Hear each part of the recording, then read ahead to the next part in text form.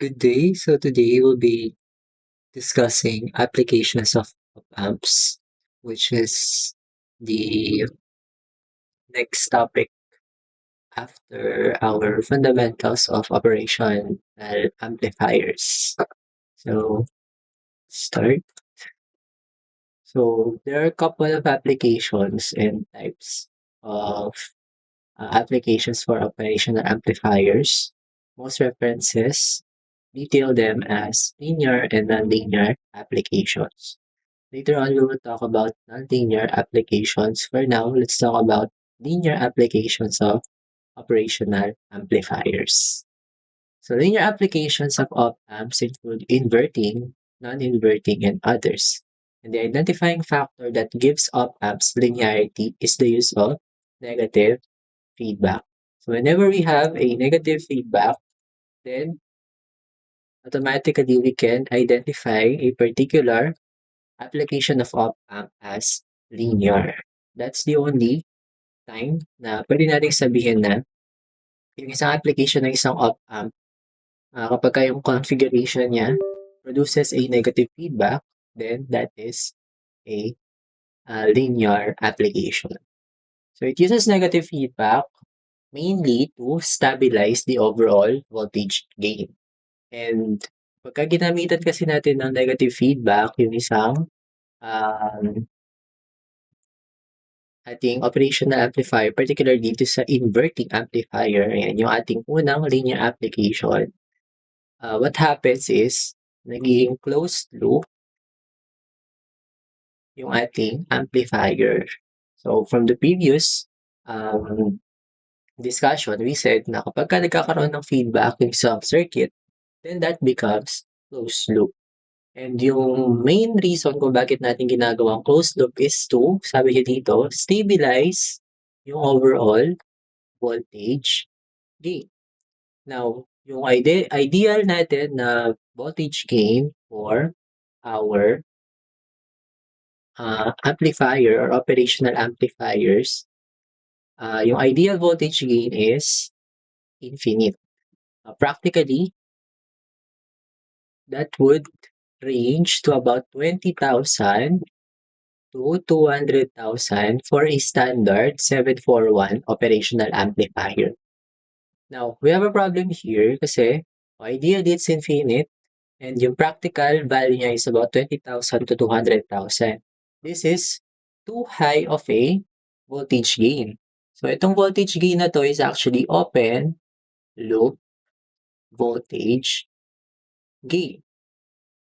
So kapag ka ginagawa natin siyang closed loop or nilalagyan natin ng negative feedback, what happens is na-stabilize yung ating voltage gain.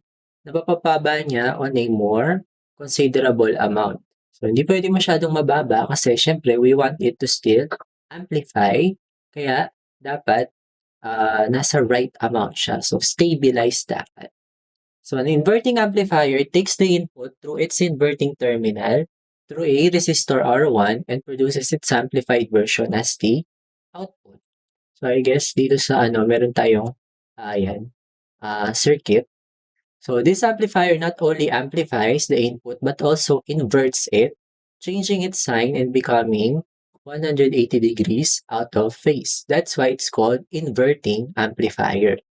So another thing there is that nagiging inverted yung ating output. Ayan, so makikita nyo dito, nai-inverted siya because yung ating input voltage, galing siya or pumasok siya dito sa inverting side. So this is the inverting input. You will remember, di ba, yung negative input na ating op-amp is yung inverting input. The reason why it's called inverting input, kasi kapag ka nag-input tayo doon, ang nangyayari, yung output natin nag-i-inverse or nagiging 180 degrees out of phase.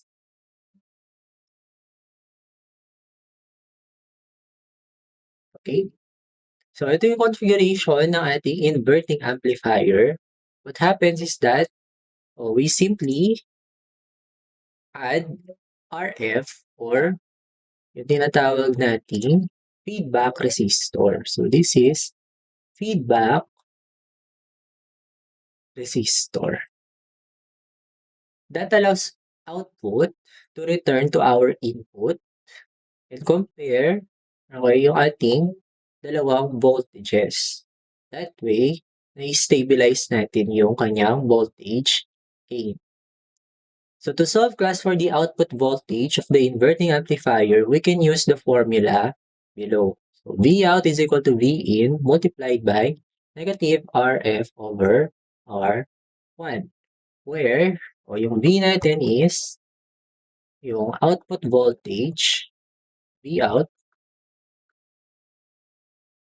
Itong V in yung ating input voltage.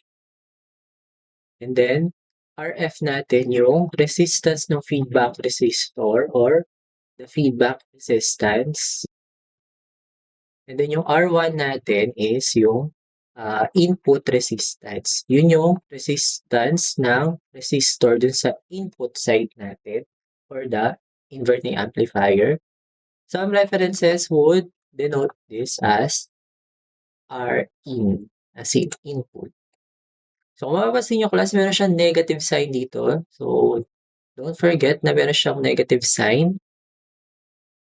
Common mistake.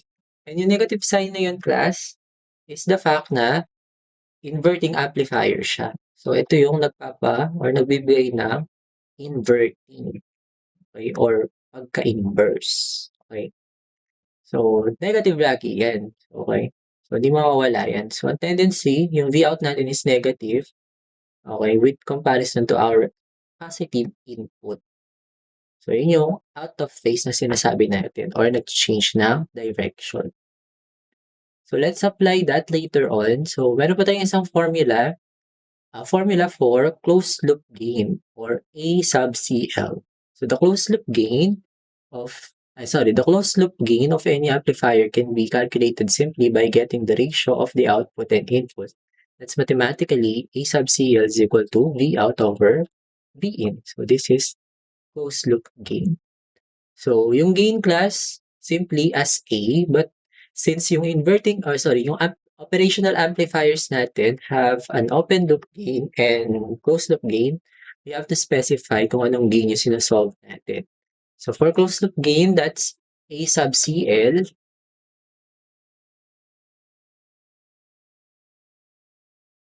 And then that's simply the ratio of the output and input voltage. O meaning, kapag ka ratio, division. Okay? So output voltage divided by input voltage.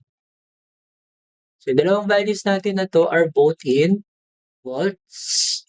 Kaya magiging tendency class, no? So yung unit niya is all volts. Ang tendency pag na-divide, magka-cancel. Kaya yung closed loop gain natin is measured without a unit or it is unitless. That only tells us kasi no, yung gain, yung nagiging factor to which yung ating input voltage is amplified. Okay? So, halimbawa, na-amplify ba siya ng doble? Ganun. So, ibig sabihin, kung doble yung pagkaka-amplify, yung gain natin is equal to 2. Okay? Kasi na-doble siya or na-times 2 yung input. So, apply natin yung mga formula kanina. So, find the closed loop gain of the following inverting amplifier circuit. Ayan. So, remember na yung ating inverting amplifier formula kanina, pang inverting amplifier lang yun. Hindi natin siya pwedeng gamitin on other configurations. So, pinapanap dito class, closed loop gain. Ayan, sabi kasi, find the closed loop gain. But our problem is, we cannot use yung formula natin kanina ng gain. A sub CL is equal to V out over V in dito sa ating problem sa slide na to because we don't have a given input voltage and output voltage. O yung 0 volts na to sa ground yan. So hindi niya sinasabi na 0 volts yung ano natin dito input. So may voltage yan class. So ang gagawin? So, we invoke class, no, yung formula natin kanina sa output voltage para sa inverting amplifier because we are given here feedback resistor resistance and input resistor resistance. Kaya, yun na yung gamit natin. So, let's invoke that. So, sabihin natin, ayan, try natin yung formula. V out is equal to V in multiplied by negative RF over R in or R1. Okay? So, what we can do here is manipulate somehow yung formula natin in a way na mag-equate siya class dito sa ating gain, which is V out over V in. Kasi it so happen na yung formula natin for V out para sa inverting amplifier has those components or values. So what we can do here is we divide both sides by V in. So on the right side of the equation, we can cancel V in. And we are left with V out over V in is equal to negative RF over R in. Okay? So, ano meron? Ayan yung V out, V in natin is actually also the um, closed loop gain. So, we can use this formula, negative RF over R in, instead of V out over V in as our formula to get the closed loop gain of any inverting amplifier circuit. Pag inverting amplifier lang to class. Okay? So, let's substitute yung value that's negative. RF natin is 100 kilo ohm over 10 kilo ohm. Cancel kilo ohm when yung answer natin would be negative 100 over 10, which is negative 10. Final answer. So, negative yung gain natin dito, which means that um, magne-negative yung ating V out, which is correct, because this is an inverting amplifier. That doesn't mean it's less than the input value. Yung negative natin dyan is just a sign to denote a change in direction, but not a change in magnitude. Okay? Kasi wala naman negative class talaga na value or magnitude or voltage. So, para lang yun sa direction.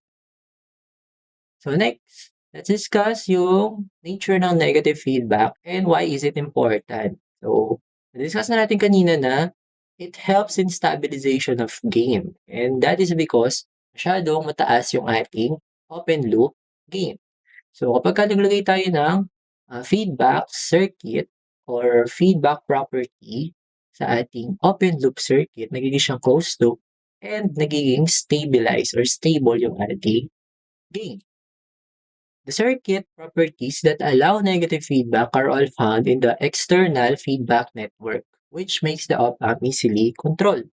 So, lahat class ng components that allows negative feedback are all outside yung ating op-amp circuit. So, hindi natin kailangan um, buksan yung ating op-amp para class gawin siyang isang closed loop circuit. All you have to do is connect natin yung connect natin yung output and then yung input gamit ang isang feedback resistor. And that's it.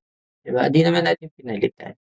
And that makes for easy control. Ibig sabihin, kung gusto natin controlin class yung magiging output ng ating op-amp, hindi natin kailangan buksan yung mismong op-amp circuit natin or yung op-amp component or IC. All you have to do is choose the right value of feedback resistor. This also simplifies the circuit design since no other circuit properties such as operating points and biasing are done. So tulad nga sinabi ko kanina, para gawin siyang or lagyan siya ng negative feedback, all you have to do is add a resistor externally. Hindi natin kailangan i-edit yung other properties ng ating op-amps IC. Kailangan lang maglagay sa labas. That would be hard na buksan yung IC. Number one, maliit yung class. Okay? Tapos maliliit din yung mga transistors na ginagamit doon. So, hindi siya katulad ng mga standard transistors na madaling uminit, 'di ba, yung may mga kailangan ng heat sink. So, yung mga gamit ngayon sa modern ICs are very small, okey? Kasi siyempre mas gusto natin mas maliit yung ating components para mas less yung power consumption.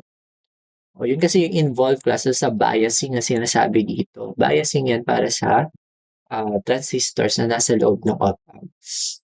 We don't need to do that to manipulate yung operation ng ating op-amp dahil merong negative feedback. Now let's go to another type of linear, application which is non-inverting amplifier. O this time yung input natin is on the non-inverting side.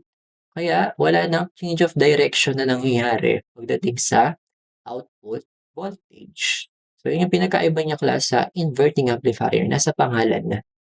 But there's still a presence of a negative feedback.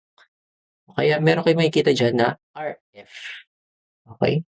So yung feedback circuit or feedback resistor, nakasali siya dito sa ating configuration, which happens to be a voltage divider.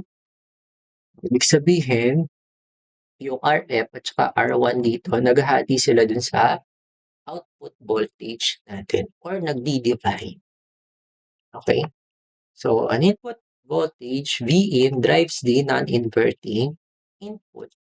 So, the output voltage of the non-inverting amplifier can be calculated to the formula V out is equal to V in times 1 plus RF over R1.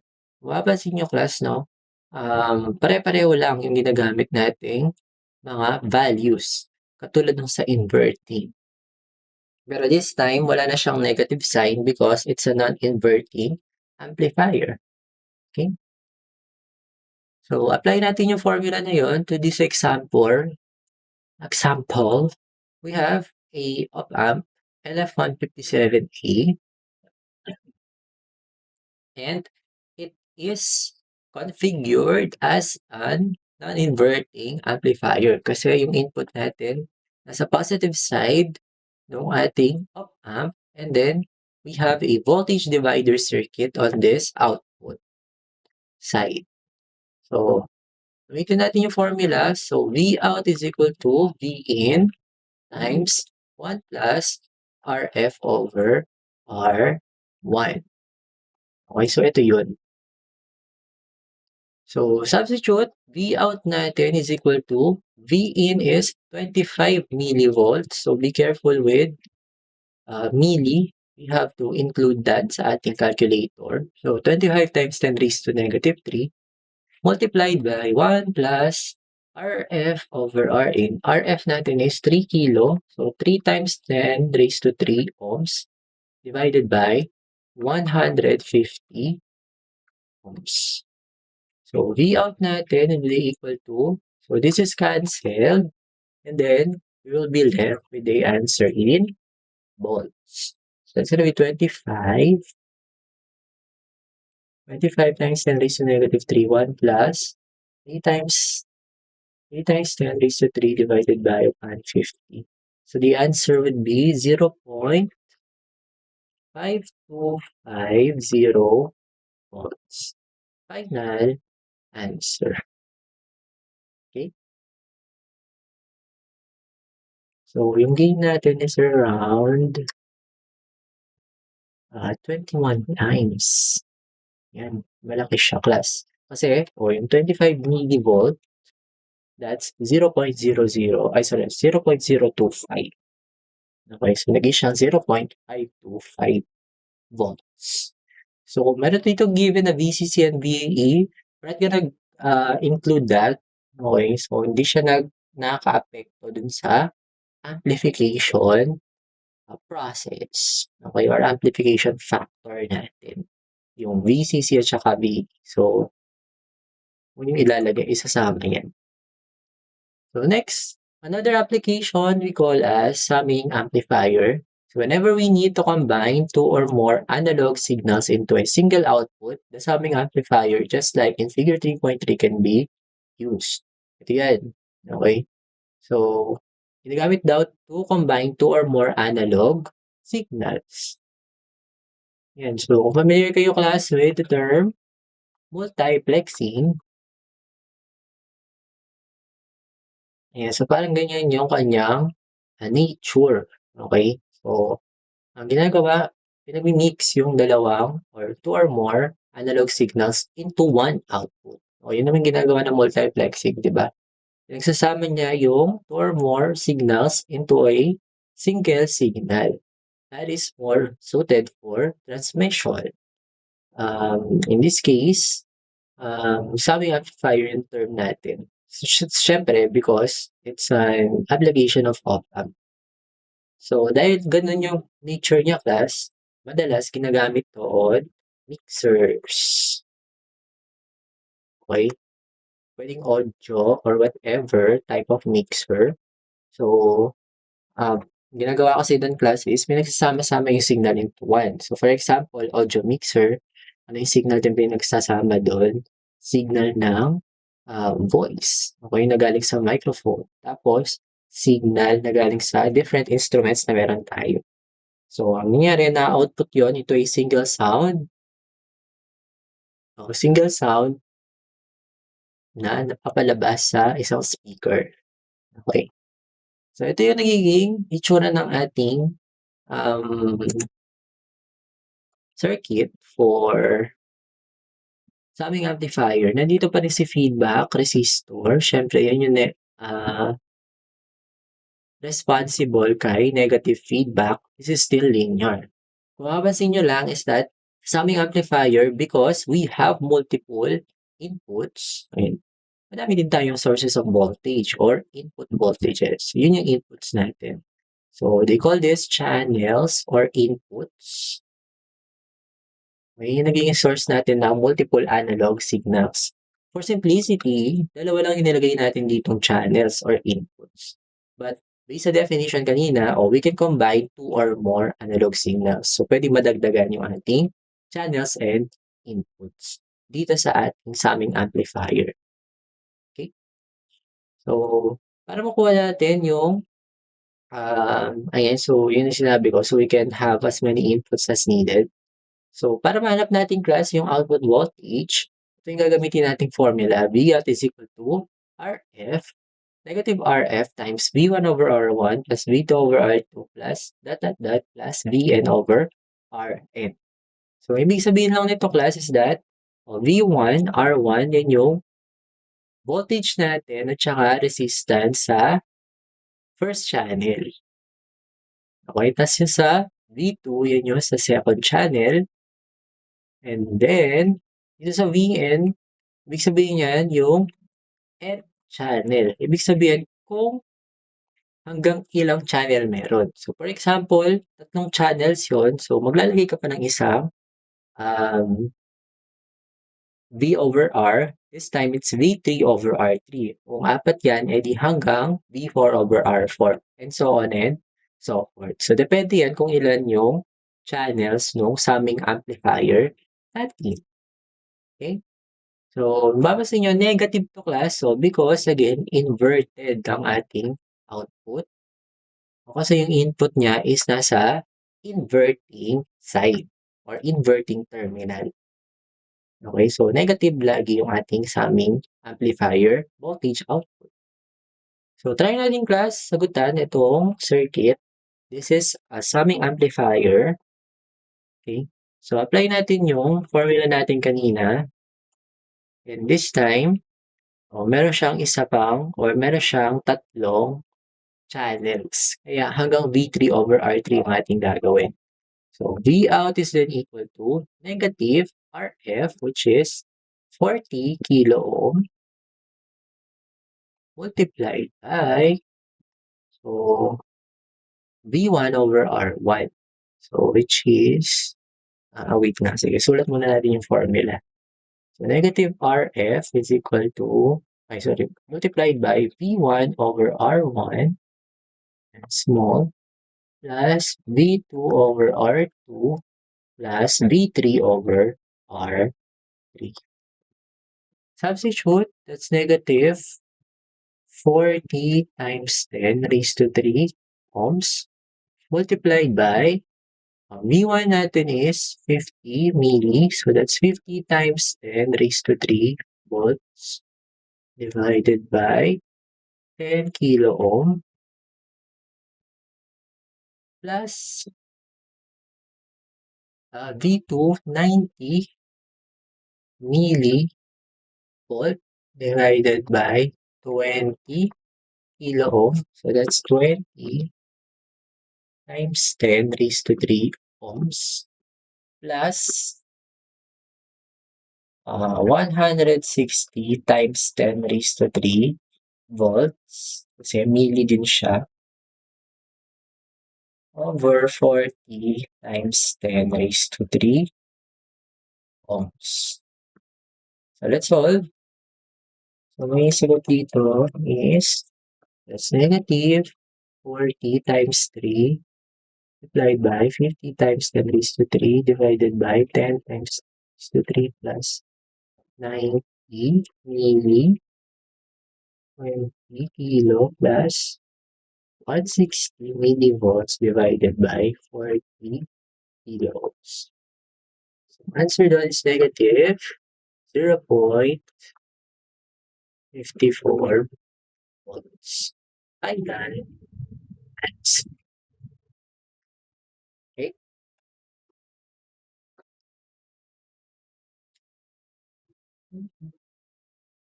So that's the aming amplifier. So next, let's talk about nonlinear applications of op-amps. So when negative feedback is removed from an amplifier circuit, it loses its linearity. So this circuit can be either feedback or make use of the positive feedback.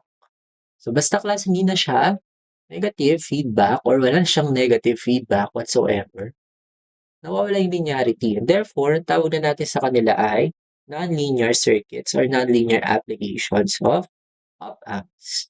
Now, nonlinear applications could either be without feedback or it can be positive feedback. So, hindi lang siya absence ng feedback. Pwede pa rin siya magka-feedback, but this time it's positive feedback. Now, even though closed loop seems to be the best way to go, meron pa rin certain applications na gumagamit ng non-linear just because of its simplicity. Okay? So, syempre, wala ka ng ibang gagamitin pang um, components since pwede siya mag-operate without feedback. Okay?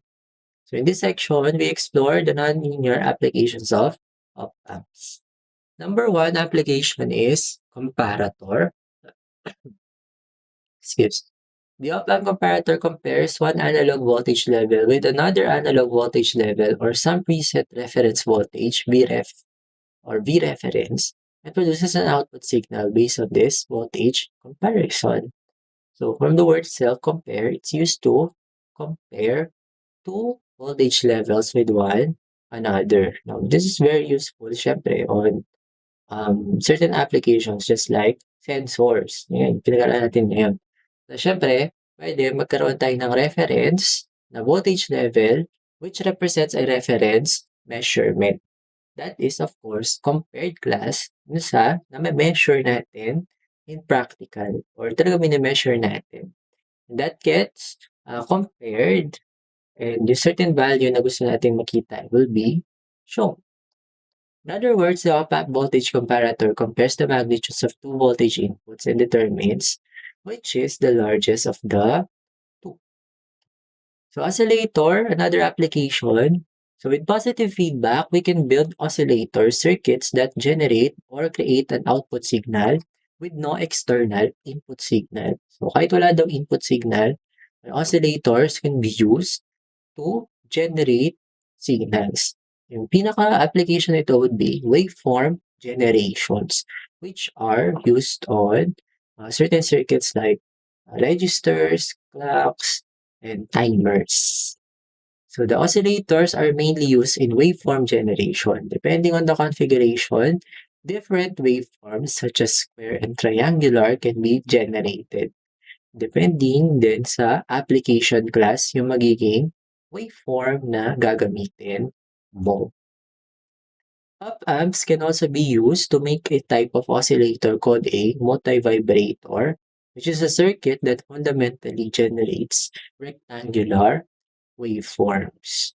Now, rectangular waveforms are used also on certain timing circuits.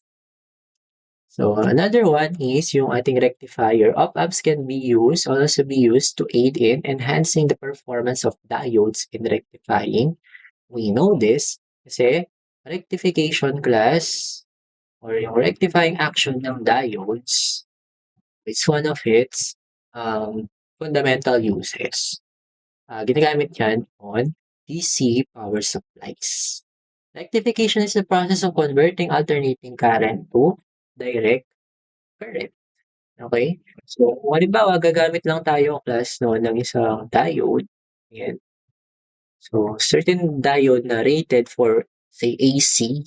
Ayan. So, mangyayari, no, magpa-flow lang yung current on a certain direction. So, kung halimbawa, i-inputan natin yan ng AC. Ayan. So, dun sa opposite direction ng current, di ba, hindi siya magpo-flow. So, mangyayari, mag-on lang yung diode natin sa isang particular direction, sabihin natin sa positive. Kaya mawawala yung ating negative na mga ah, voltages, ayun yung mga nasa ilalim. So that way, DC na siya. Ayan, DC na yan class. Bakit? Kasi hindi na siya nag-alternate from positive to negative. Nag-alternate na lang siya from positive to zero level. Eh, yung zero class, hindi naman siya negative. Di ba? Para magamit natin yung zero point na to, gagamit tayo nung full bridge rectifier circuit. Yan yung parang diamond, di ba? So, full bridge rectifier. Para magamit natin yung zero point or zero na or empty space na to. Ayan, empty yan. So, mangyayari pagka full bridge rectifier, ayan, kulang, full bridge rectifier. O yung ating circuit, ganyan na yan. Papunta na yan sa AC kasi yung kailangan na lang natin gawin, ay sorry, papunta yan sa DC, kailangan na natin gawin is to filter. Na yung op-amp, magagamit natin yan para, yan, so yung operation niya ng diodes class rectification is achieved because it blocks the flow of current in the opposite direction. Pinakita ko kanina. Ngayon, paano nangyayari o paano nakakatulong yung op-amps? With the addition of op-amps um, in diode circuits, it can rectify peak detect, clip and clamp, low level signals. In short, it can further enhance yung rectification process. Kasi class, pwede nagkakaroon tayo ng certain inaccuracies dun sa ating rectifier circuit, lalo na sa mga diodes. So, gagawin, huwag na tayong gumamit ng diodes. Gagamit din tayo ng op-amps para mas ma-refine natin yung nagiging output ng rectification process. So, and because of their buffering action, op-amps can eliminate the effects of source and load on diode circuits. Pwede kasi magkaroon ng effects yung ating sources and loads dun sa nagiging output ng ating rectified signal. So that ends our discussion on applications of op-amps. Thank you guys so much for listening to our discussion today. I'll see you. Bye.